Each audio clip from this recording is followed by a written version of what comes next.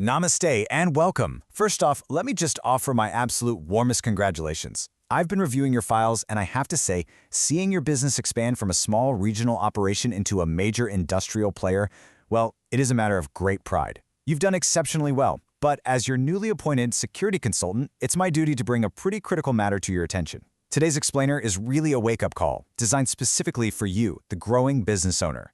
We need to sit down and talk about scaling your security to actually match your newfound success. So, let's just dive right into this. I want you to ask yourself honestly, is your business outgrowing its security? Look, a successful small business doesn't just stand still, right? It evolves, it changes.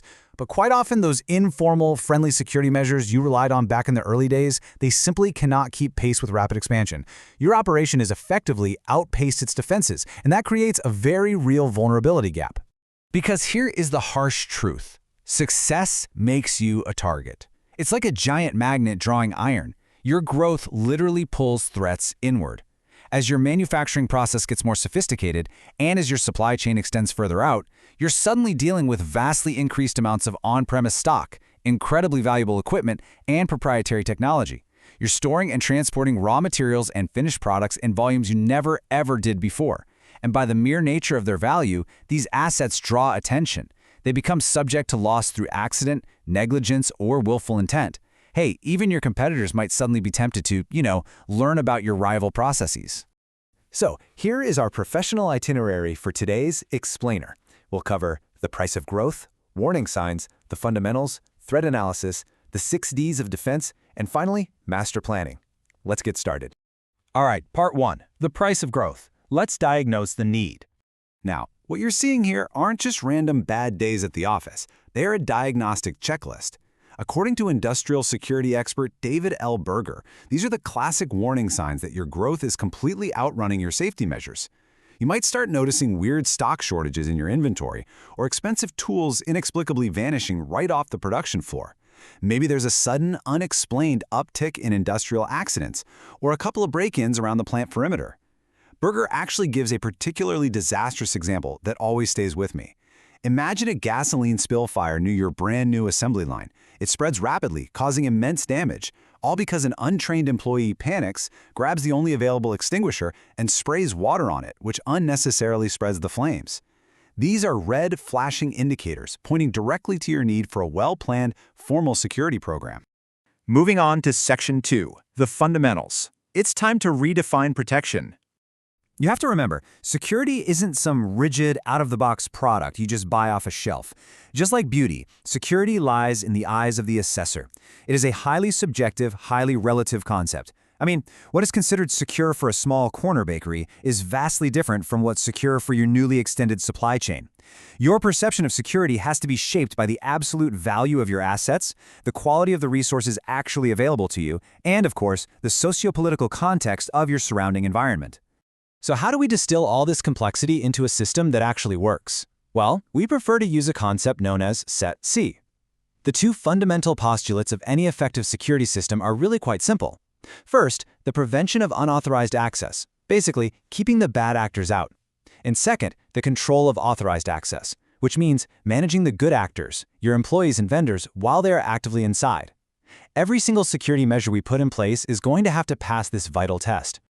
Okay, Section 3, threat analysis. How we evaluate your risks. Think of threat analysis like a perfectly balanced equilateral triangle. Line AB is threat identification.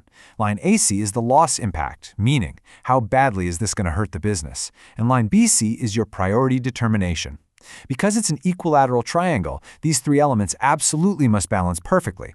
Think of it this way. If the potential loss is massive, say your main assembly line literally burning to the ground, that is a very long line AC. To keep the whole triangle from collapsing, your priority to counter that specific threat, line BC, must be equally long and absolute. You literally cannot spend pennies to protect millions. But at the same time, you shouldn't spend millions to protect pennies. This simple mathematical formulation is what keeps our strategy honest and perfectly balanced. Next up, Section 4, the 6 Ds of defense, your actionable countermeasures. So this is your new defensive strategy. And listen, it's not just slapping a padlock on a gate, it's a deeply layered methodology. Step 1 is to deny access right at the perimeter. If they push past that, Step 2 is to deter them using highly visible cameras and lighting. Step 3 is to delay their progress with physical barriers, which buys our teams precious time. Step 4 is to detect the breach instantly using smart sensors. Step 5 is to degrade their ability to operate, maybe by choking off their access to your critical zones. And Step 6, which is obviously reserved for extreme worst-case scenarios, is to destroy the threat's capability to harm the asset. Having advanced knowledge and preparedness through these 6 Ds, that is absolutely your best countermeasure. All right, Section 5, Building the Culture and Master Planning. My friend, you could have the most expensive technology and the absolute strictest protocols in the world, and they will entirely fail without the right organizational culture supporting them. As Jawaharlal Nehru so wisely stated, training costs money, but no training could be more expensive. Think back to that poor, untrained employee throwing water on a gasoline fire. Good security orientation is hands down your most effective preventative measure. Creating a true awareness of responsibility, involvement, and accountability among all your workers, that is an investment, not an expense. Security has to be a business of all, by all, and for all. Now, to ensure this training is actually working, we use what we call the security thermometer. We routinely pull out this conceptual tool to take the temperature of your employees' security awareness. It tells us right away if your workforce is actively engaged in protecting the company, or if, they've started to grow complacent. It is absolutely crucial in post-incident management too, so we can see exactly how the organization reacts and recovers under pressure. So, with the culture firmly in place, we begin our purposeful planning. Before we ever place a single security guard or install a single gadget, we have to conduct some comprehensive assessments. We look at the surrounding terrain. Are you out in a rural area or right in the urban sprawl? What's the economic status of the neighborhood? High unemployment nearby might actually increase the risk of overt or covert attacks.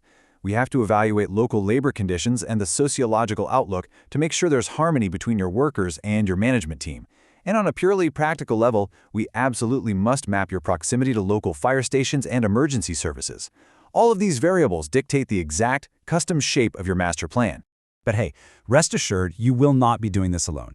An integrated security team is going to act as the diagnostic pulse of your entire organization.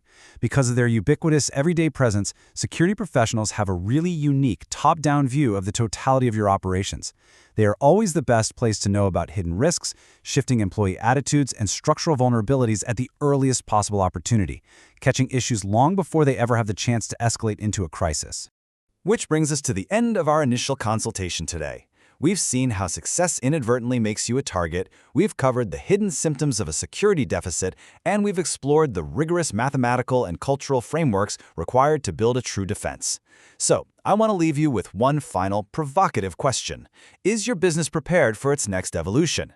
The growth you've achieved so far is nothing short of remarkable, but protecting that growth is what will ultimately ensure your legacy.